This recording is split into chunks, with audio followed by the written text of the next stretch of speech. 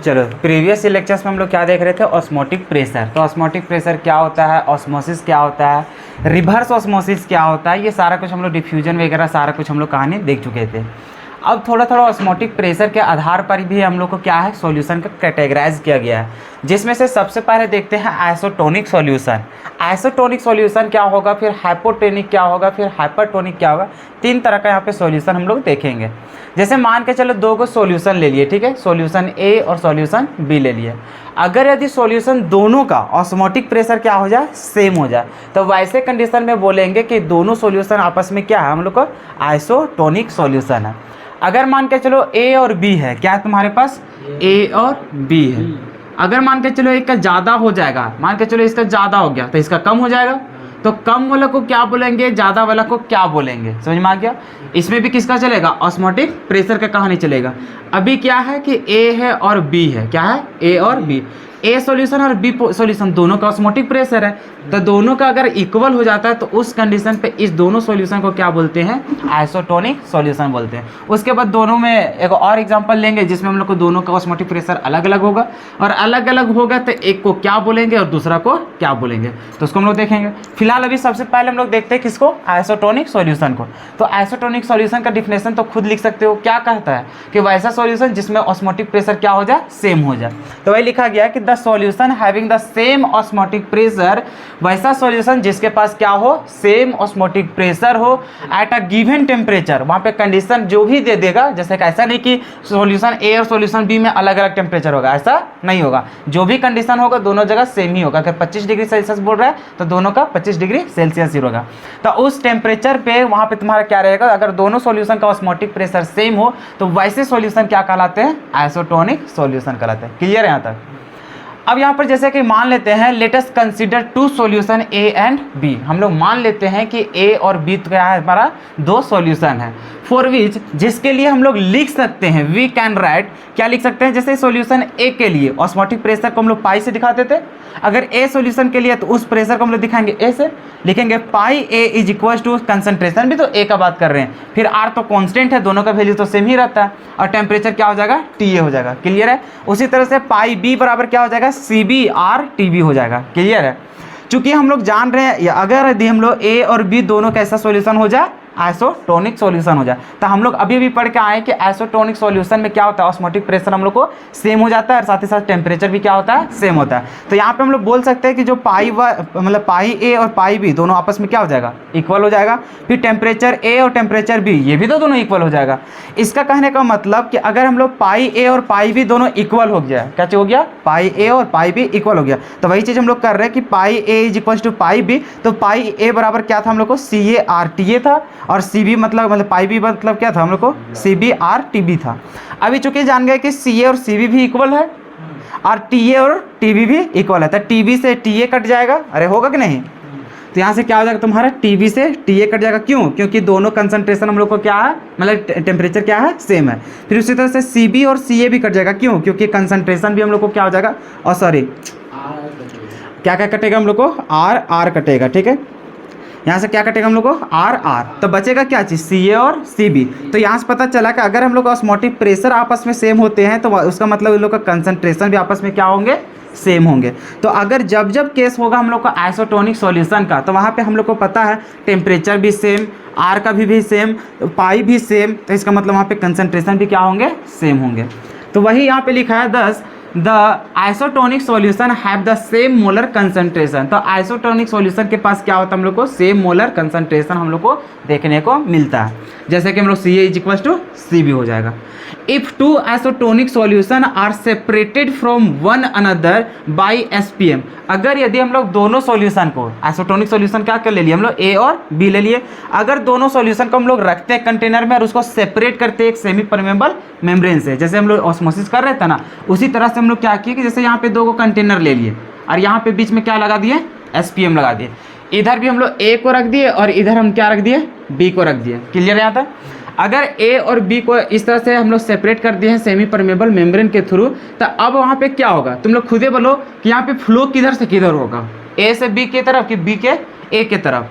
अरे तो चूंकि हम लोग जान रहे हैं कि इधर जो प्रेशर लग रहा है इधर जो प्रेशर लगेगा, अरे दोनों क्या हो गया हम लोग को सेम ना हो गया, तो सेम हो जाएगा तो क्या इधर से इधर हम लोग को ठेलाएगा, नहीं ठेलाएगा। इसका मतलब कोई भी यहाँ पे पास होगा क्या, नहीं होगा। तो वही चीज़ यहाँ पे लिखा है कि if two isotonic solution are separated from one another, एक दूसरे से बाई एसपीएम, किसके थ्रू, एसपीएम के थ्रू अगर अलग किया जाता है तो उस समय देखो there is no net flow of solvent molecule across the SPM, तो वहाँ पे किसी तरह का कोई भी हम लोग को सॉल्वेंट मॉलिक्यूल का फ्लो देखने को नहीं मिलेगा। क्या कहानी समझ में आ गया। तो ये था आइसोटोनिक। चलो इसको लिख लो, उसके बाद हम लोग बात करेंगे हाइपरटोनिक और हाइपोटोनिक सॉल्यूशन का। देखो अब हम लोग बात कर रहे थे, तीन तरह का सॉल्यूशन देख रहे थे। एक वो क्या था हम लोग को आइसोटोनिक, समझ में आ गया। अभी दूसरा हम लोग चलेगा हाइपोटोनिक और दूसरा चलेगा तीसरा हम लोग को हाइपरटोनिक। अभी यहाँ ध्यान से समझना, ठीक है। एक वो फिगर बना रहे हैं,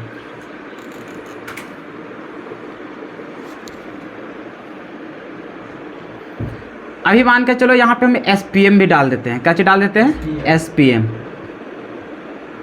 इधर भी कुछ कंसंट्रेशन होगा, इधर भी तुम्हारा कुछ कंसंट्रेशन रहेगा।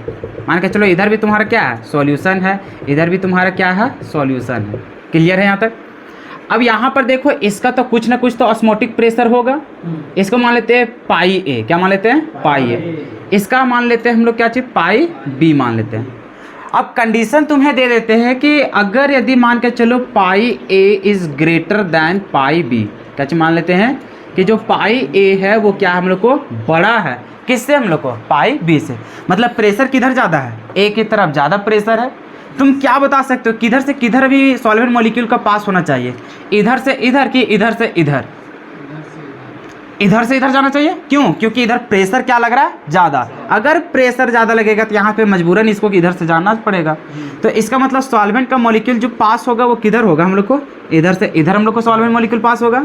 तो अभी देखो अगर दो को सॉल्यूशन हम लोग ले लेते हैं, ठीक है, उसमें से जिसका ऑस्मोटिक प्रेशर ज़्यादा, क्या चाहिए हम लोग को, ऑस्मोटिक प्रेशर जिसका ज़्यादा और जिसका कम रहेगा। तो इसमें देखो दो कहानी चल रहा है, एक में ज़्यादा है एक में क्या है, कम है। तो अगर जिसका प्रेशर हम लोग को कम देखने को मिला, मतलब ज़्यादा देखने को मिला, क्या चीज़ देख रहेगा, जिसका प्रेशर ज़्यादा, तो उसी को हम लोग बोलते हैं हाइपरटोनिक सॉल्यूशन। क्या बोलते हैं, हाइपरटोनिक सॉल्यूशन। और जिसका प्रेशर कम रहता है उसको क्या बोलते हैं, हाइपोटोनिक सॉल्यूशन। देखो इसी से कंपेयर कर सकते हैं कि ये दोनों में ज़्यादा ये था तो ये कहलाएगा हम लोग हाइपरटोनिक सॉल्यूशन, ये क्या कहलाएगा हम लोग को, हाइपोटोनिक सॉल्यूशन। तो वही चीज़ देखो यहाँ पे डिफिनेशन लिखा गया है, क्या लिखा है पहले, हाइपरटोनिक सॉल्यूशन। तो the solution having higher osmotic pressure than a given solution is called hypertonic solution. के दिए गए सॉल्यूशन से अगर ज़्यादा हम लोग को ऑस्मोटिक प्रेशर हो जाता है इस सॉल्यूशन में तो उसी सॉल्यूशन को क्या बोलेंगे, हाइपरटोनिक सॉल्यूशन। और हाइपोटोनिक सॉल्यूशन में the solution having lower osmotic pressure than a given solution is called a hypotonic solution. कि वैसा सॉल्यूशन जिसके पास क्या हो, ऑस्मोटिक प्रेशर कम हो दिए गए सॉल्यूशन के तुलना में, तो वैसे सॉल्यूशन को हम लोग क्या बोलेंगे, हाइपोटोनिक सॉल्यूशन। मतलब इस कंडीशन पे हम लोग को पाई ए क्या कहलाएगा, हाइपरटोनिक। क्या कहलाएगा हम लोग को, हाइपरटोनिक कहलाएगा। और इस कंडीशन पे पाई बी क्या कहलाएगा, हाइपोटोनिक कहलाएगा। क्या कहानी समझ में आ गया। चलो इसको लिख लो। चलो अब हम लोग देखेंगे बायोलॉजिकल सिग्निफिकेंसेस ऑफ ऑस्मोसिस। तो एक काम करो, यहाँ पे हम लोग लगभग 6-7 पॉइंट लिखेंगे।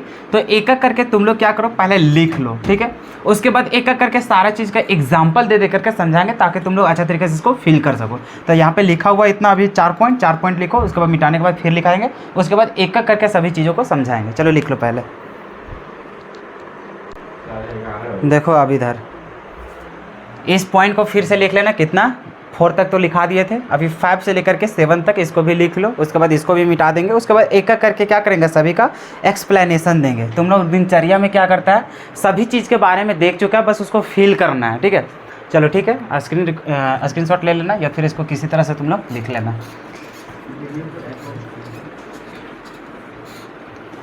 अब ध्यान से पॉइंट को देखना, ठीक है। जो तुम लोग लिख लिया है एक एक करके देखना कि पहला पॉइंट क्या कहना चाहता है, दूसरा पॉइंट क्या कहना चाहता है। सभी को तुम लोग पहले से ही फील कर चुका है।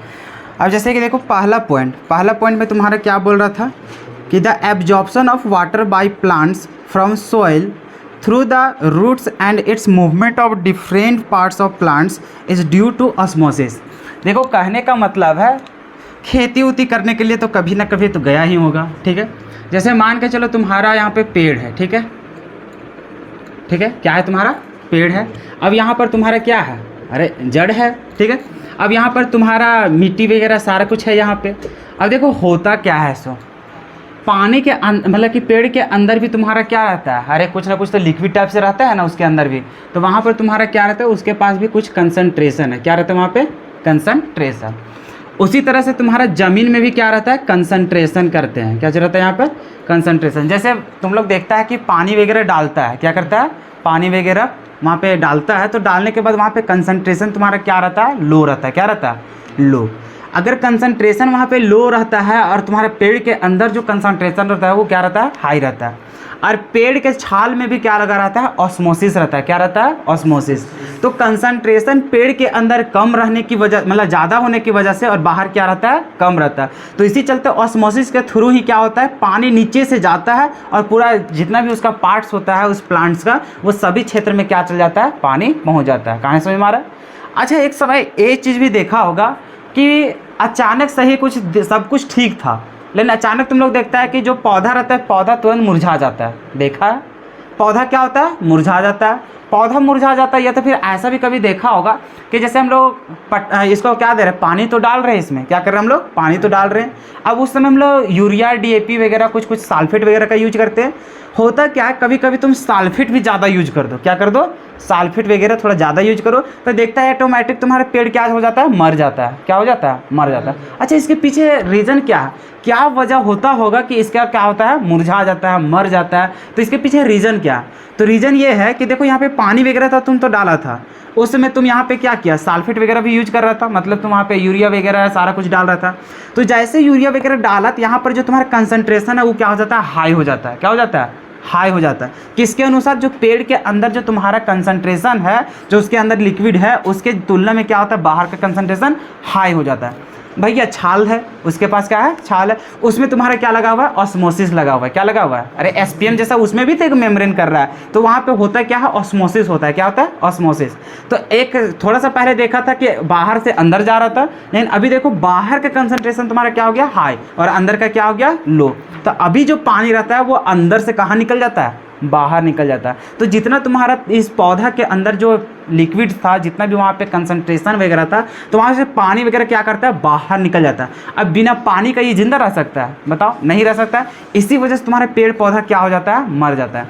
एक चीज़ गौर किया होगा तुम लोग, धान की खेती होता है, तो धान की खेती होता है तो एक चीज़ देखा है कि सल्फेट वगैरह कभी भी अगर छीटा जाता है वहाँ पे, तो ध्यान देना कि जिस समय बहुत ज़्यादा पानी हुआ रहता है या फिर उस खेत में पूरा पानी पानी रहता है, तभी सल्फेट दिया जाता है। गौर किया है, ऐसा क्यों किया जाता है, इसलिए किया जाता है क्योंकि वहाँ पे पानी वगैरह, जैसे देखो सूखा में करोगे क्या चलेगा, सूखा में वहाँ तो नमी तो रहेगा ही, उस समय अगर सल्फेट वगैरह दे देते हैं तो वहाँ पे कंसंट्रेशन क्या हो जाएगा, हाई हो जाएगा। क्या हो जाएगा, हाई। अगर कंसंट्रेशन हाई हो गया तो इसका मतलब फिर से क्या करेगा, उस पौधा से फिर खींचने लगेगा बाहर, और बाहर खींचेगा, उसमें पानी खत्म हो जाएगा, तो फिर क्या हो जाएगा, मर जाएगा, मुरझा जाएगा। तो इसी चलते जब कंसंट्रेशन हम लोग को इधर लो करने की वजह से देखते हैं पानी पानी पूरा रहता है, तो वहाँ पे यूरिया ऐसा थोड़ी है कि 2 बोरा 3 बोरा डाल देता है, ऐसा तो नहीं रहता, बहुत ही कम रहता है। तो उसमें वहाँ पे क्या रहता है, थोड़ा सा डाइल्यूट टाइप से नहीं रहता, मतलब कंसंट्रेशन अंदर की तुलना में क्या रहता है, ज़्यादा मतलब नहीं रहता है, कम रहता है हम लोग को बाहर। तो इसी वजह से उसमें पानी भी चल जाता है और उसमें सॉलिड वगैरह रहता है, तो वो सब भी वहाँ पे काम कर लेता है। तो उस समय हम लोग को पौधा वगैरह जल्दी मरता नहीं है। इसी चलते देखता होगा किसान वगैरह लोग जितना भी वहाँ पे खेती में डालता है, धान के खेती में, तो जब तक खेत में पानी ना हो तब तक उन लोग यूरिया डीएपी वगैरह कुछ भी वहाँ पे डालता नहीं है। तो इसके पीछे भी क्या है, ये फैक्ट था।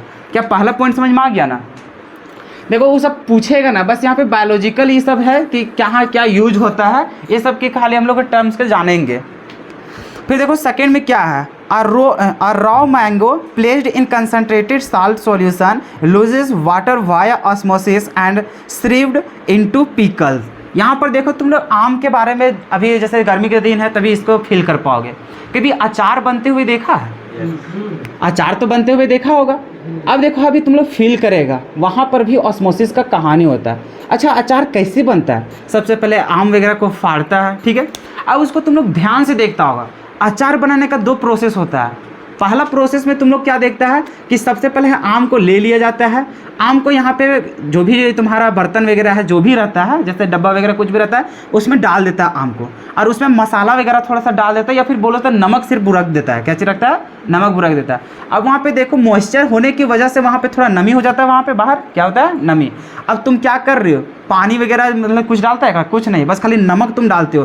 तो वहाँ पे नमी होने की वजह से तुम्हारा नमक क्या होता है? थोड़ा सा पिघलता है। अब वहाँ का जो कंसंट्रेशन, मतलब आम के अंदर, अच्छा आम के अंदर क्या तुम्हारा लिक्विड टाइप से नहीं है? अरे है, तो उसके अंदर भी क्या है तुम्हारा कंसंट्रेशन, वहाँ पर भी तुम्हें देखने को मिलता है। अब तुम बाहर से जो नमक वहाँ पे छिड़कता है तो वहाँ पर भी थोड़ा नमी जैसा हो जाता है, तो वहाँ पर भी तुम्हारा एक कंसंट्रेशन बन रहा है, और उसके अंदर भी तुम्हारा क्या बन रहा है? कंसंट्रेशन। अब कंसंट्रेशन जो आम के अंदर रहता है वो क्या रहता है? लो रहता है। क्या रहता है? लो। और बाहर तुम नमक वगैरह छिटा है, तुम्हारा हल्दी वगैरह जो भी लगा होगा, तो वहाँ पे क्या रहता है तुम्हारा? तो वहाँ पे कंसंट्रेशन तुम्हारा क्या हो जाता है? हाई हो जाता है। तो इसी वजह से देखता होगा कि आम क्या होता है, कुछ दिन वहाँ पे धूप वगैरह में रखने में, या फिर जैसे नमक वगैरह रख देता है तो आम क्या होता है? सिकुड़ने लगता है। अरे देखता है ना, स्टार्टिंग में देखता है फूला फूला जैसा रहता है, लेकिन जैसे उसको सूखने के लिए रख देता है नॉर्मली नमक वगैरह रख करके, तो क्या होता है? पूरा सिकुड़ जाता है, गलने जैसा टाइप से हो जाता है। तो उसमें होता है क्या कि अचार के अंदर, मतलब आम के अंदर जितना भी पानी रहता है सब क्या हो जाता है? बाहर निकल जाता है। क्या हो जाता है? बाहर निकल जाता है। अगर बाहर निकल जाता है तो उसका मतलब वहाँ पे जितने भी कीटाणु वगैरह रहता है सब कुछ क्या होता है? मर जाता है। समझ में आ गया? तो उसके अंदर वो क्या होता है? थोड़ा सा सूखा टाइप से हो जाता है। तो इसी वजह से फिर उसको क्या करते हैं हम लोग? तेल वगैरह में डुबाओ करके, या तो फिर उसको मसाला वगैरह रख करके फिर क्या रखते हैं हम लोग? अचार रखते हैं। तो वहाँ पर भी देखो पानी को जो बाहर निकाला जा रहा है उसमें भी क्या प्रोसेस होता है हम लोग को? ऑस्मोसिस का प्रोसेस होता है। तो वहाँ पर हम लोग काम करते हैं, जनरली जो देखता है कि नमक वगैरह क्यों छिड़ता जाता है, ताकि हम लोग को आम के अंदर जो लिक्विड है उसको क्या कर दिया जाए? बाहर हम लोग को एब्जॉर्ब कर लिया जाए, ताकि आम हम लोग को क्या रहे? सुरक्षित रहे और लॉन्ग टाइम तक हम लोग को चले। तो यहाँ पर भी तुम्हारे किसका प्रोसेस देखने को मिलता है? ऑस्मोसिस का देखने को मिलता है। कहानी समझ में आ गया? तो ये था तुम्हारा यहाँ जो कि सेकेंड पॉइंट था। अब देखो थर्ड पॉइंट क्या बोल रहा है। थर्ड पॉइंट बोल रहा था people taking a lot of salts और salty food experiences water retention in tissue cells and intercellular spaces because of osmosis. The resulting puffiness of swelling is called, क्या कहलाता है हम लोग को? एडेमा कहलाता है। एक वो बीमारी का नाम रहता है, उसको क्या बोलते हैं हम लोग? एडेमा बोलते हैं। क्या बोलते हैं? एडेमा। अब देखो ये थोड़ा सा बायोलॉजी का टर्म्स है, ठीक है, तो इसको थोड़ा सा फील करना। ये हो गया तुम्हारा नस, ये तुम्हारा क्या है? नस है, ठीक है। अब ये तुम्हारा नस है, नस के अंदर जानते हो कि यहाँ पे तुम्हारा लिक्विड टाइप से बहते रहेगा खून। अरे क्या रहता है? ब्लड वगैरह यहाँ से क्या होगा तुम्हारा? प्रवाहित होते रहेगा, ठीक है। अब यहाँ पर भी क्या रहता है? खून में भी एक सेल पाया जाता है। क्या क्या किया जाता है वहाँ पे? सेल पाया जाता है। इसी तरह से तुम्हारा क्या रहता है? खून में सेल रहता है। क्या रहता है? यहाँ पे सेल रहता है। अब ये सेल में क्या होता है? सो देखो हम लोग क्या करते हैं, जनरली बहुत सारा नमकीन चीज़ हम लोग ज़्यादा खा जाते हैं, नमक वगैरह का ज़्यादा यूज करते हैं। तो यहाँ पर हम लोग को क्या होता है, ये जो सेल तुम्हारा खून के अंदर जो रहता है, इस सेल के अंदर जो कंसंट्रेशन होता है वो कंसंट्रेशन हम लोग को क्या हो जाता है? हाई हो जाता है। कंसंट्रेशन हम लोग को क्या हो जाता है? हाई हो जाता है। अब चूंकि हम लोग जान रहे हैं कि साल्ट वगैरह जो यूज कर रहे हैं, तो यहाँ पे खून के अंदर जो ये सब टिश्यू जो मिल रहा है, तुम्हारा सेल जो मिल रहा है, वो सब तुम्हारा क्या हो जाता है? सेल तुम्हारा कंसंट्रेशन बढ़ जाने की वजह से अब जान रहा है कि इसके चारों ओर जो खून मिला था वो तो एक तरह से लिक्विड ही ना बोलता है, तो उस लिक्विड में तुम्हारा क्या रहता है? कंसंट्रेशन तुम्हारा लो रहता है। अब तुम लोग खुद समझो कि इसके अंदर कंसंट्रेशन है हाई, बाहर तुम्हारा क्या है? लो। तो अब यहाँ पे प्रोसेस क्या होगा? बाहर से तुम्हारा अंदर घुसने लगेगा पानी, क्या होने लगेगा? अंदर घुसने लगेगा। तो ये जो सेल है तुम्हारा, सेल का साइज क्या होता है? पानी अंदर घुसने की वजह से इसका साइज हम लोग को बड़ा होने लगता है, और बड़ा होने लगता है तो ये क्या होता है? ब्लास्ट कर जाता है। क्या करता है हम लोग को? ब्लास्ट कर जाता है। अरे ये भी तो तुम्हारा सेल है, वो तो एक लिमिट तक ही ना फूल पाएगा। तो यहाँ पे ऑस्मोसिस का प्रोसेस होते रहता है, इसी वजह से वो किसका क्या होता है? साइज बढ़ जाता है, या फिर कभी कभी वहाँ पे फट जाता है, और फट जाता है तो उसके कारण एक बीमारी होता है जो कि क्या कहलाता है हम लोग को? एडेमा कहलाता है। कहानी समझ में आया? तो यहाँ पर भी हम लोग को क्या होता है? ऑस्मोसिस का प्रोसेस देखने को मिलता है। क्या कहानी समझ में आ गया? फिर देखो नेक्स्ट पॉइंट तुम्हारा क्या लिखा हुआ था सर, तुम्हारा फोर्थ पॉइंट क्या बोल रहा है? Wilted flowers revive when placed in fresh water due to osmosis. जैसे कि देखते होगा त्यौहार कुछ आता है, क्या होता है? त्यौहार। तुम लोग एक चीज़ देखता होगा, गांव घर में भी थोड़ा सा फील किया होगा। क्या फील किया होगा? जैसे मान के चलो तुम्हारे जो मोहल्ला होगा, मोहल्ला मान के चलो तुम्हारा 35 गो घर है। कितना है तुम्हारा? 35 गो घर। क्या ऐसा पॉसिबल है कि जो 35 गो घर है सभी के घर में तुम्हारा फ्लावर्स लगा रहता है? अरे ऐसा पॉसिबल है क्या? बहुत इनकेस देखने को मिलता है। अरे बहुत ही इन केस हो सकता है एक आध घर मिलेगा देखने को। अब होता क्या है, मान के चलो आज कोई भी डेट है, मान के चलो तुम्हारा 21 तारीख है और कल है तुम्हारा कितना 22 तारीख। 22 तारीख को तुम्हारा कोई भी फेस्टिवल है, क्या है तुम्हारा फेस्टिवल। अब जान रहा है कि हर एक फेस्टिवल में तुमको फ्लावर्स की ज़रूरत पड़ेगा। अब होता क्या है, गाँव वाले में सब कोई चलाक रहता है, हम लोग खुद भी किए हैं, तुम लोग भी किया होगा। क्या होता है कि जान रहा है कि सुबह हम लोग को यूज पड़ेगा फ्लावर्स का, क्या होगा, फूल का हम लोग को ज़रूरत पड़ेगा। और वैसे भी जान रहे हैं कि 35 को घर है, जगह में से एक एक वो घर में क्या है तुम्हारा फूल है। अब तुम जाएगा सभी कोई जाएगा तो क्या तुम्हारा पॉसिबल है कि सबको मिल पाएगा, नहीं। तो फिर हम लोग को क्या करना पड़ेगा, दूसरा मोहल्ला में जाना पड़ेगा तोड़ने के लिए, या फिर दूसरा गांव में जाना पड़ेगा फूल वगैरह लाने के लिए। तो हम लोग गांव घर में होता है क्या है, खास करके लेडीज सब थोड़ा चालाक रहती है, ठीक है। तो उन लोग क्या करते हैं, जान रहे कि हमारा सुबह तो यूज करना ही है। अब उन लोग क्या करती है, एक दिन पहले समय के क्या करता है, उन लोग जाकर के फ्लावर्स को तोड़ लेता है ताकि हम लोग को क्या हो, कल हम लोग को यूज हो। अब तुम ऑब्वियस सी बात है, पहले करोगे तो क्या हो जाएगा, मुरझा जाएगा, क्या होगा, मुरझा जाएगा। तो लोग बहुत चालाक होती है। तो उन लोग क्या करता है, जैसे कोई भी कंटेनर रहता है, जैसे कोई भी बर्तन ले लिया, उसमें क्या करता है, पानी डाल देता है, क्या करता है, पानी डाल देता है। तो यहाँ पे पूरा फ्रेश वाटर रहता है और इसमें क्या करता है, फूल को डाल दिया जाता है। जैसे फूल का फूल वगैरह देख लो, ठीक है। अरे हम वैसा स्ट्रक्चर सही नहीं बना सकते हैं, कंप्रोमाइज़ कर लेना। जैसे मान के चलो ये फ्लावर्स है, क्या है तुम्हारा, फ्लावर्स है। ये अभी कहाँ डाल दिया है तुम, पानी में, कहाँ डाल दिया, पानी में। अब पानी में क्या होता है कि यहाँ पे ऑस्मोसिस का प्रोसेस होता है, क्या होता है यहाँ पे, ऑस्मोसिस होता है। और यहाँ पे जान रहा है कि पौधा के अंदर तुम्हारा क्या रहता है, कंसंट्रेशन कुछ तो रहेगा ना उसके अंदर, पानी वगैरह, तो उसके अंदर कंसंट्रेशन क्या रहता है, हाई रहता है, क्या रहता है, हाई। अब तुम तो प्योर वाटर रखा है और वाटर का कंसंट्रेशन क्या है, लो है। तो यहाँ पर क्या होता है, पानी बाहर, मतलब जो पानी है वो कहाँ जाने लगता है, उसके अंदर जाने लगता है। और जब तक जिस चीज़ के अंदर अगर तुम्हारा पानी मौजूद रहेगा तब तक वो थोड़ा सा क्या रहेगा, मुरझाया हुआ चीज़ हम लोग को नहीं मिलेगा, वो हम लोग को क्या रहेगा, पूरा नॉर्मली खिला हुआ दिखेगा। तो इसी चलते देखता होगा कभी कभी अगर तुम मुरझाया हुआ फूल को भी देखोगे, उसको अगर तुम पानी के अंदर रख दो तो कुछ समय बाद देखोगे तो वो फिर से खिल आता है। मतलब किसी चीज़ का भी देख लो तो यहाँ पे फ्लावर्स का लिया गया है। तो यहाँ पे नॉर्मली तुम लोग देखोगे तो कोई भी मुरझाए वाला चीज़ को भी अगर पानी के अंदर रख दोगे तो धीरे धीरे क्या होता है, हम लोग को फूल जाता है। तो उसके पीछे रीज़न क्या होता है कि हम लोग को पानी कहाँ चल जाता है, उसके अंदर चल जाता है, और अंदर चल जाता है तो लोग क्या हो जाता है, थोड़ा फ्रेश हो जाता है। तो यहाँ पर जो घटना घटता है तो यहाँ पर भी हम लोग को किसको देखा जाता है, ऑस्मोसिस का कहानी देखने को मिलता है। तो ये सब चीज़ हम लोग पहले भी कर चुके थे, बस पता नहीं था कि वहाँ पर क्या प्रोसेस हो रहा है। सो तो ये था कहानी इसका। उसके बाद देखो क्या है, कितना नंबर चल रहे थे हम लोग, 5 नंबर।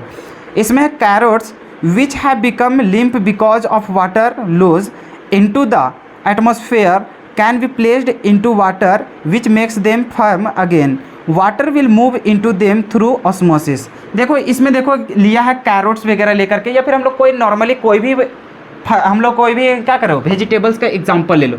जैसे एक चीज़ तुम लोग देखता होगा, अभी गर्मी के ही दिन में तुम लोग एक चीज़ अभी फील कर पाओगे, क्या होता है। सो देखो अभी कोई सब्जी लेकर के आया, अभी तुम्हारे देख रहा है कि गर्मी का दिन है, गर्मी का दिन है। अभी देखो बाहर तो तुम्हारा एटमॉस्फेयर है भैया, तो कुछ तो वहाँ पे मॉइस्चर ही सब देखने को मिलेगा, अरे नमी तो थोड़ा सा देखने को मिलेगा। लेकिन यहाँ पर होता है क्या, सो देखो अभी तुम्हारा अंदर का जो कंसंट्रेशन होता है, क्या रहता है, अंदर का कंसंट्रेशन जो रहता है, अरे क्या रहता है यहाँ पे, अंदर का कंसंट्रेशन। अब वैसे भी देखो कि टेम्परेचर वगैरह ज़्यादा हम लोग को होने की वजह से हम लोग को नॉर्मली क्या होता है, यहाँ से वाष्प होकर थोड़ा सा क्या होने लगता है, अरे बाहर वगैरह निकलने लगता है ना। तो इसी वजह से देखता होगा तुम्हारे जैसे पटल वगैरह का देख लो, तो पटल वगैरह का देखता होगा तुरंत सिकुड़ जाता है, अरे सिकुड़ जाता है ना। या फिर कोई भी एग्जाम्पल ले लो फसल का, मतलब कि वेजिटेबल का, तो उन लोग क्या होता है, सिकुड़ जाता है। और एक चीज़ तुम लोग देखता होगा कि जैसे दुकान वगैरह में जो बेचते रहता है फसल को, उन लोग के पास देखो 2 दिन में भी ताज़ा दिखता है, अरे ताज़ा दिखता है ना। ऐसा क्यों पॉसिबल है, क्योंकि उन लोग देखता होगा कि मिनट मिनट में उन लोग क्या करता है, पानी इसमें छिड़कते रहता है, क्या करता है, पानी उसमें छिड़कते रहता है। और नॉर्मली हम लोग भी देखते हैं गर्मी दिन में क्या करते हैं, कपड़ा वपड़ा भिंगा करके और उसके ऊपर रख देते हैं। क्यों रख देते हैं, ताकि हम लोग को क्या है, बाहर का कंसंट्रेशन हम लोग को क्या रहेगा, लो रहेगा, कंसंट्रेशन क्या रहेगा, हम लोग को लो रहेगा। और इसके अंदर जो लिक्विड है उसका कंसंट्रेशन थोड़ा हाई रहेगा। तो यहाँ पे जैसे हम लोग पानी यहाँ पे डालते हैं तो पानी क्या करता है, ऑस्मोसिस के थ्रू क्या होता है, अंदर चल जाता है, कहाँ चल जाता है, अंदर। और अगर इसके अंदर लिक्विड हम लोग को अच्छा खासा रहेगा तो ये हम लोग को कभी मुरझाएगा क्या, नहीं मुरझाएगा। तो ये हम लोग को सिकुड़ेगा भी नहीं। तो इसी तरह से कैरोट वगैरह में भी देखेगा, गाजर वगैरह में भी, तो उसमें भी कहानी क्या होता है, यही होता है। अगर कोई भी तुम सब्जी में अगर तुम उसमें पानी वगैरह छिड़कते रहो तो वो क्या होता है, ऑस्मोसिस के थ्रू अंदर चल जाता है पानी, इस वजह से वो जल्दी हम लोग को मुरझाता नहीं है या फिर जल्दी हम लोग को ख़राब नहीं होता है। कहानी समझ में आ गया। तो ये भी प्रोसेस हम लोग को क्या देखने को मिलता है, वेजिटेबल्स वगैरह में भी ऑस्मोसिस का प्रोसेस देखने को मिलता है। क्या कहानी समझ में आ रहा है, अरे समझ में आ रहा है ना।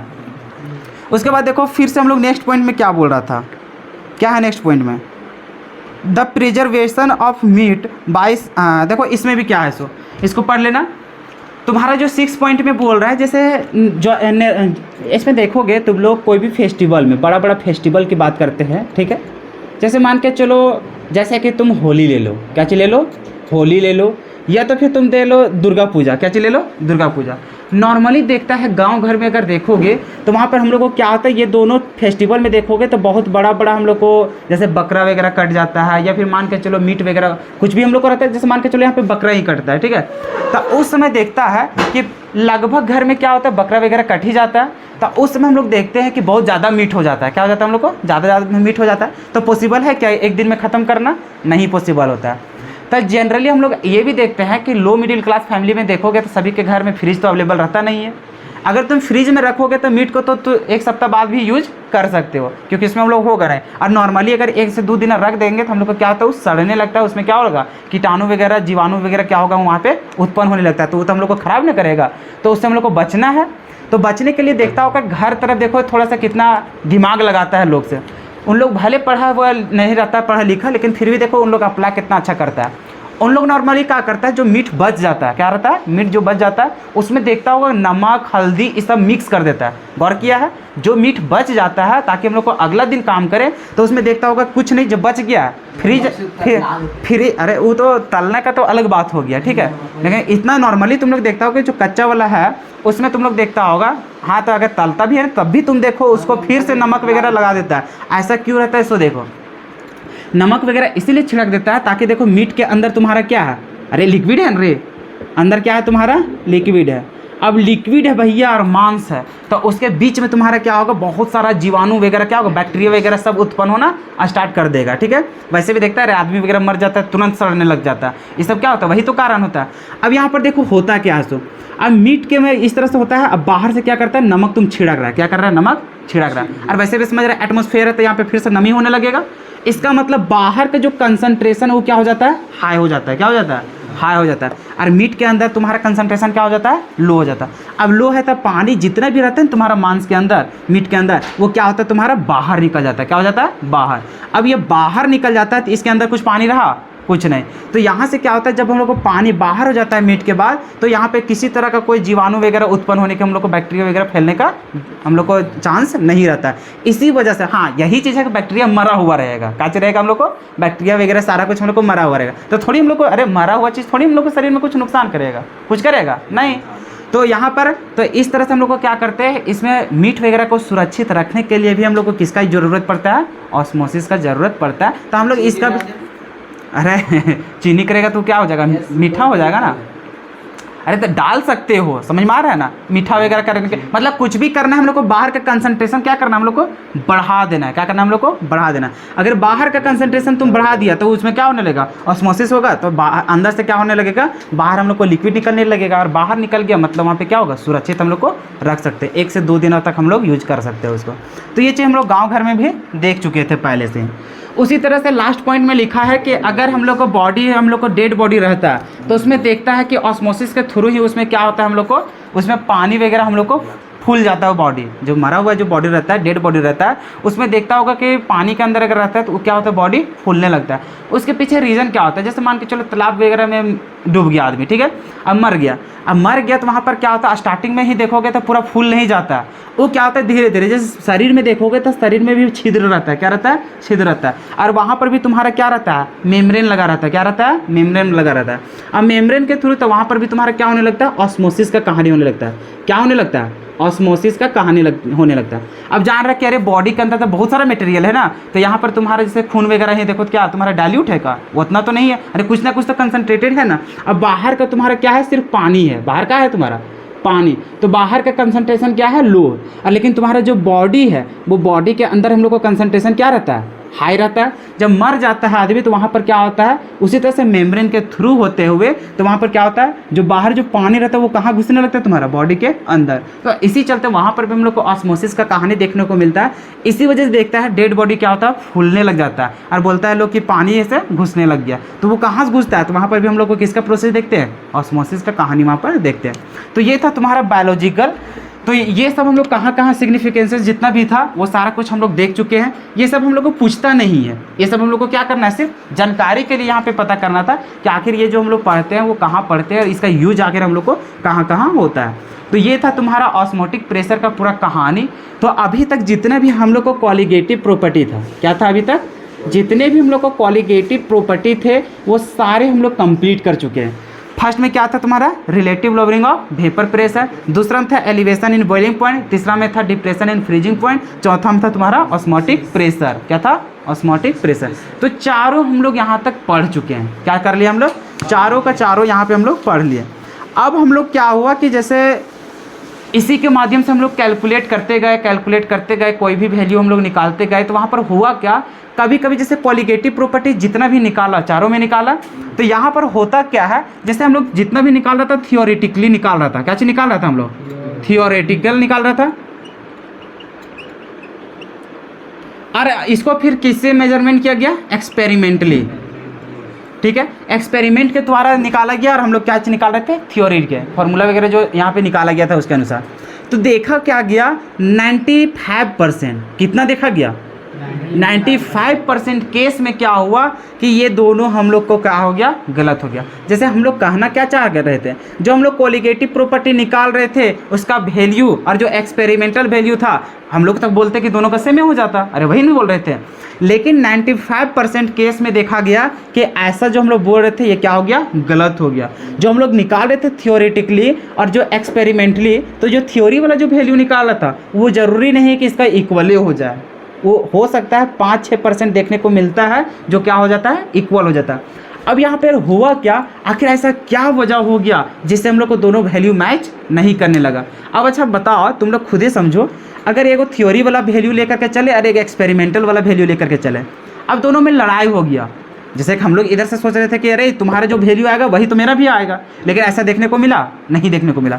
अब क्या हो गया, किसी एक के लिए हम लोग फैसला लेना पड़ेगा कि सही ई है कि सही ई है। तो बता तुम लोग किसके साथ दोगे, एक्सपेरिमेंटल का कि थ्योरेटिकल का, एक्सपेरिमेंटल का। अरे ऑब्वियस सी बात है, अरे कोई भी चीज़ करोगे तो एक्सपेरिमेंट करने के बाद ही ना थ्योरी आता है, कि थ्योरी करने के बाद एक्सपेरिमेंट करते हैं, नहीं, पहले एक्सपेरिमेंट करते हैं तब फिर हम लोग थ्योरी। मतलब ये तो भैया 100% सही है न रे, हाँ ये जो बोल रहा है बात तो सही है, तो गलत कौन साबित हो गया, ये साबित हो गया।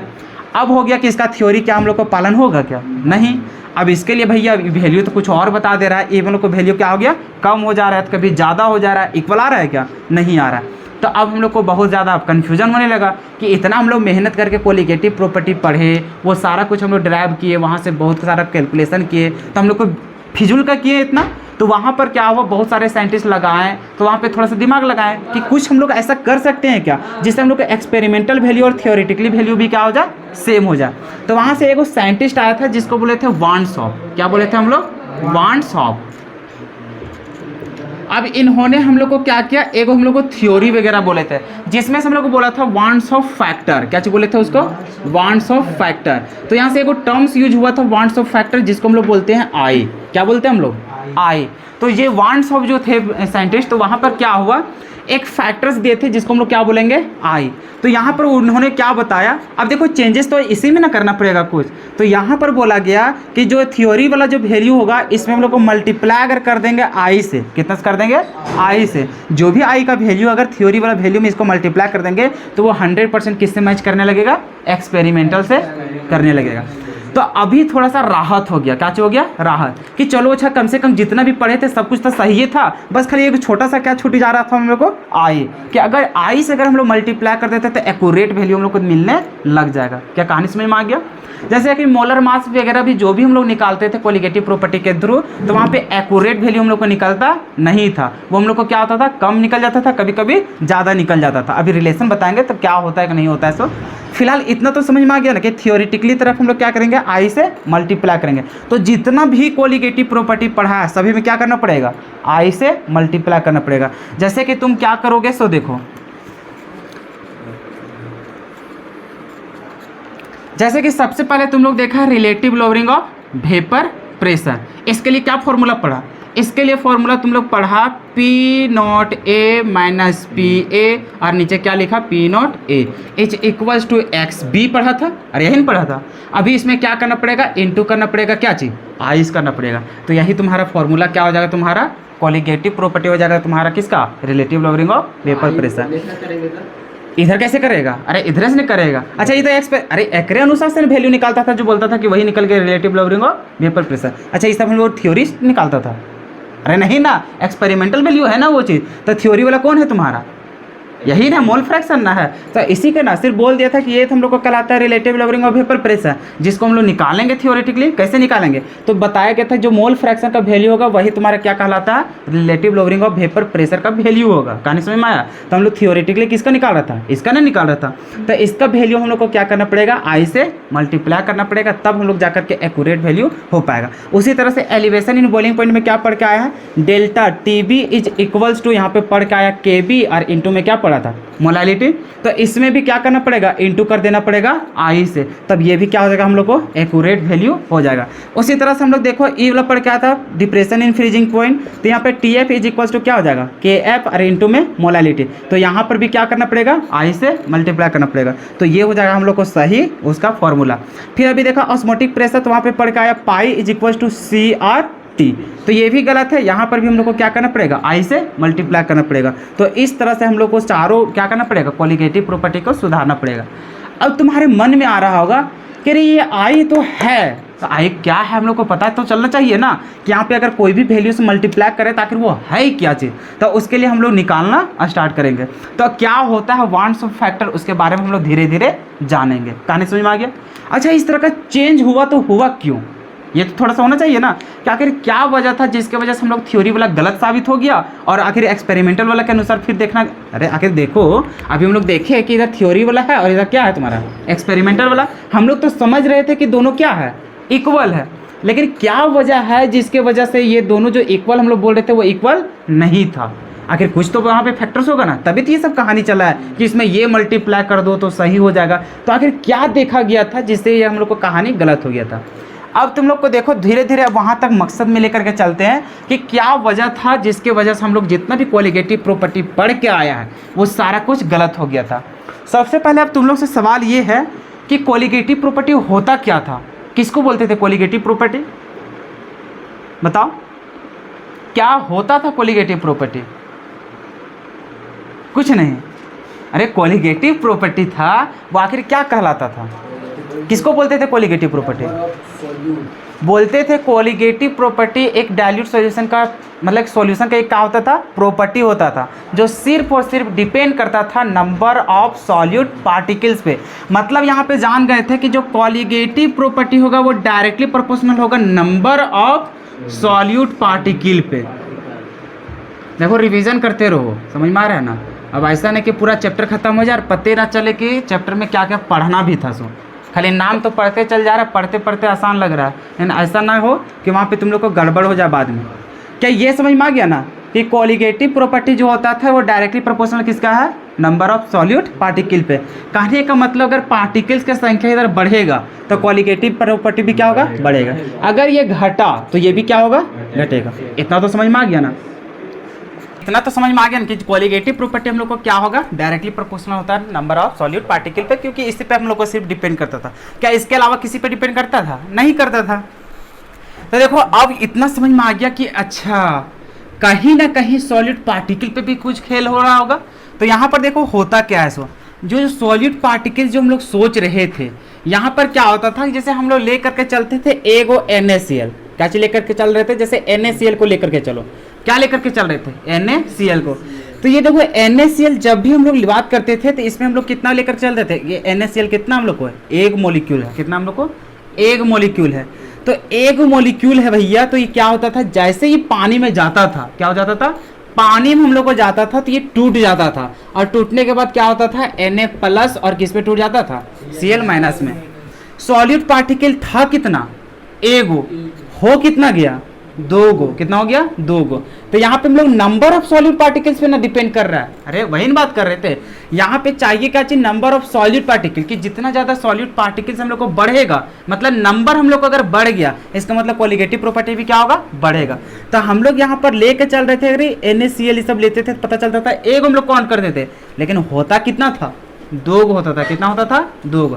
तो इसका मतलब हम लोग ए को लेकर के चलते थे और निकल गया 2 गो, तो हम लोग 1 के लिए निकालेंगे और 2 के निकालेंगे, तो दोनों के वैल्यू के लिए अलग अलग होगा कि नहीं होगा। यही कहानी होता था तुम्हारा एसीटोन के साथ। किसके साथ होता था, एसीटोन के साथ।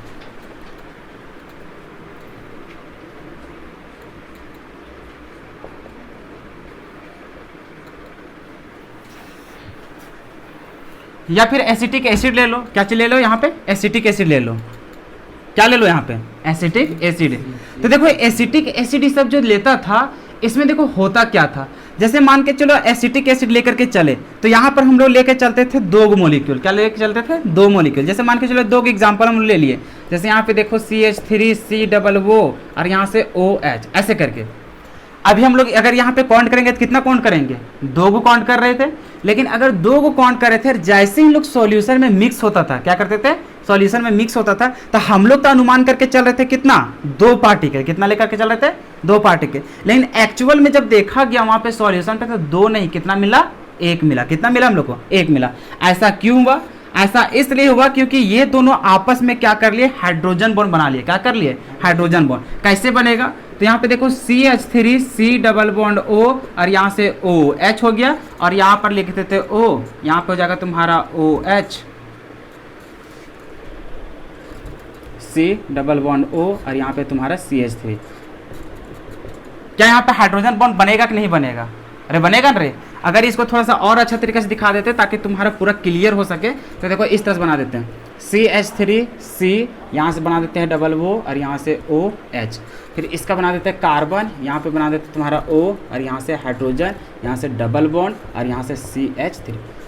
क्या वही स्ट्रक्चर है, अरे वही ना है। तो देखो होता क्या था, हम लोग सॉल्यूशन में मेजरमेंट करके चलते थे कितना, 2 पार्टिकल, कितना लेकर के चलते थे, 2 पार्टिकल। लेकिन होता क्या था ना कि जैसे हम लोग सॉल्यूशन में जाता था, हम लोग तो काउंट कर रहे थे 2 गो, लेकिन ये दोनों मिल करके क्या हो जाता था, आपस में यहाँ पे मिल करके एक में मॉलिक्यूल में मतलब मिल जाता था। अब यहाँ पर देखो ये दोनों क्या बना लेता है, हाइड्रोजन बने। अरे बनेगा कि नहीं, क्योंकि देखो इधर भी तुम्हारा पार्शियल नेगेटिव, इधर भी तुम्हारा पार्शियल नेगेटिव, हाइड्रोजन तो 2 इलेक्ट्रोनेगेटिव के बीच में आ गया। उसी तरह इस हाइड्रोजन को समझो, तो यहाँ पे पॉजिटिव, इधर भी तुम्हारा नेगेटिव और इधर भी नेगेटिव, तो बनाएगा वहाँ पे हाइड्रोजन बने। तो यहाँ पे क्या होता है, डैमराइज हो जाता है, एक दूसरे में हम लोग को क्या होता है, वहाँ पे जुड़ जाता है। तो हम लोग सोच रहे थे 2 को मॉलिक्यूल, लेकिन मिल क्या गया, ये ओवरऑल पूरा मिला करके कितना मॉलिक्यूल काउंट हो रहा था वहाँ पे, 1 गो। कितना हो रहा था, 1 गो। तो यहाँ पर भी तो चेंज हो गया, हम लोग क्वालिटेटिव प्रॉपर्टी लेकर के चल रहे थे 2 गो पार्टिकल्स लेकर के, मतलब ज्यादा संख्या में लेकर के चल रहे थे, लेकिन वहां पे मिला कितना, 1 गो। तो देख रहे हैं यहाँ पे करेक्शन तो हुआ था, अरे करेक्शन हुआ ना, लेकिन हम लोग इस सब वहाँ पे बात किए थे क्या कि वहाँ पे टूट रहा है, कि वहाँ पे जाने के बाद जुड़ जा रहा है, ऐसा कहीं चर्चा किए थे, नहीं। तो वहाँ पे जब एक्सपेरिमेंटल वैल्यू जब रॉन्ग हो गया, वहाँ पे जब थ्योरी वाला कि वहाँ पे कंपेयर करके देख रहे थे तो दोनों इक्वल नहीं हुआ, तो वहाँ पे फिर रिसर्च किया गया कि आखिर क्या वजह हो गया कि दोनों का वैल्यू मैच नहीं किया। तो वहाँ से जब स्टडी किया गया इसके बारे में, तब पता चला अच्छा जो तुम्हारा सॉलिड पार्टिकल्स था उसमें होता क्या है कि बहुत सारा सॉलिड पार्टिकल्स क्या होता है, डिसोसिएट हो जाता है। क्या हो जाता है, डिसोसिएट। और बहुत सारा सॉलिड पार्टिकल ऐसे होते हैं जो क्या होता है, आपस में एसोसिएट कर जाते हैं। क्या हो जाते हैं, एसोसिएट। 2 गो वर्ड यहाँ पे यूज होगा, एक होगा तुम्हारा डिसोसिएट, क्या होगा तुम्हारा यहाँ पे, डिसोसिएट, और एक होगा तुम्हारा क्या चीज, एसोसिएट होगा। तो यहाँ पे पता चलता है कि कुछ मॉलिक्यूल ऐसे होते थे जो क्या हो जाते थे, टूट जाते थे। क्या होते थे, टूट जाते थे। डिसोसिएट करने का मतलब टूटना, और अगर टूट जाएंगे तो वहाँ पे नंबर ऑफ सॉलिड पार्टिकल क्या हो जाता था, इंक्रीज कर जाता था। मतलब जितना लेते थे ऊपर से क्या हो जाता था, ज्यादा हो जाता था। तो हम लोग को ज्यादा वाला नहीं निकालना चाहिए था, लेकिन हम लोग निकाल रहे थे कम वाला वैल्यू, तो ऑब्वियस ही बात है मैच करेगा, नहीं करेगा। उसी तरह से क्या होता था कि बहुत सारे सॉलिड पार्टिकल्स ऐसे थे कि जो हम लोग को एसोसिएट कर जाता था। हम लोग लेते थे ज्यादा, लेकिन देखने को मिलता था कितना, कम मिलता था। जैसे अभी इस एग्जांपल में देखो, हम लोग काउंट कर रहे थे 2 गो, लेकिन मिला कितना, 1 गो मिला। तो उस कंडीशन पे हम लोग को वैल्यू तो ऑब्वियस सी बात है ज्यादा मिलेगा, क्योंकि नंबर हम लोग बढ़ा दे रहे हैं और हम लोग को निकल रहा था क्या चाहिए, एक्सपेरिमेंटल वैल्यू में कम मिल रहा था। तो इसी तरह से पता चला कि अच्छा हम लोग को मॉलिक्यूल्स क्या होता है, कभी टूट जाता है, कभी हम लोग को जुड़ जाता है। इस वजह से क्वालिटेटिव प्रॉपर्टी में भी क्या हो जा रहा है, वैल्यू में चेंज हो जा रहा है, इसके चलते एक दूसरे से मैच नहीं कर पा रहा है। तो उसके लिए हम लोग को वांस ऑफ फैक्टर लेकर के चला था, जो ये बताता है हम लोग को कितना वो डिसोसिएट कर रहा है या फिर कितना वो एसोसिएट कर रहा है। तो वो चीज हम लोग क्या करेंगे, नेक्स्ट क्लास में पढ़ेंगे। अच्छा एक चीज बता कि कब ये दोनों आपस में सेम हो जाएगा, थियोरिटिकली बिना कुछ मल्टीप्लाई किए, मतलब कि मल्टीप्लाई हम लोग क्या करेंगे, मान के चलिए यहाँ पे कोई भी हम लोग मल्टीप्लाई नहीं करेंगे थियोरिटिकली तरफ, और फिर भी दोनों इक्वल हो जाए, कब पॉसिबल है, जब हम लोग वहां पे देखेंगे कि जो तुम्हारा सॉलिड पार्टिकल है वैसा सॉलिड पार्टिकल होना चाहिए, ना वो डिसोसिएट करता हो और ना ही वो एसोसिएट करना हो। तो वहां पर जितना सॉलिड पार्टिकल पहले था वही तो बाद में भी रहेगा। तो उस समय हम लोग को क्या देखने को मिलेगा कि थियोरिटिकली और एक्सपेरिमेंटल क्या मिलेगा, बराबर मिलेगा। लेकिन जैसे वो डिसोसिएट करेगा फिर चेंज हो जाएगा, एसोसिएट जैसे करेगा फिर भी क्या हो जाएगा, चेंज हो जाएगा। तो अब हम लोग के बारे में पता करना है क्या चीज, आई के बारे में। किसके बारे में पता करना है, आई के बारे में, जो है तुम्हारा वांस ऑफ फैक्टर। अब इसमें थोड़ा सा डिसोसिएशन एसोसिएशन का कहानी धीरे धीरे चलेगा। तो इसका वैल्यू कैसे निकालेंगे, इसके लिए हम लोग नेक्स्ट क्लास में क्या करेंगे, पढ़ेंगे। तो वहां पर हम लोग को और क्या रहेगा, वहां पे हेनरीज लॉ जो बचा है, हेनरीज लॉ और इसका वांस ऑफ फैक्टर का टॉपिक पढ़ा करके कल हम लोग को चैप्टर खत्म हो जाएगा। तो अगर समय बचता है तो कल ही हम लोग न्यूमेरिकल को क्या करेंगे, पूरा हम लोग बनाना स्टार्ट करेंगे और वहां पर क्या करेंगे, डिस्कस करेंगे प्रीवियस ईयर्स क्वेश्चन। किसको करेंगे, प्रीवियस ईयर्स क्वेश्चन का डिस्कशन। अगर कल हो पाता है तो ठीक है, और नहीं तो फिर नेक्स्ट क्लास में करेंगे। लेकिन कल हम लोग को चैप्टर क्या हो जाएगा, द एंड हो जाएगा। क्लियर है ना। चलो तो फिर मिलते हैं हम लोग अगले वीडियो में।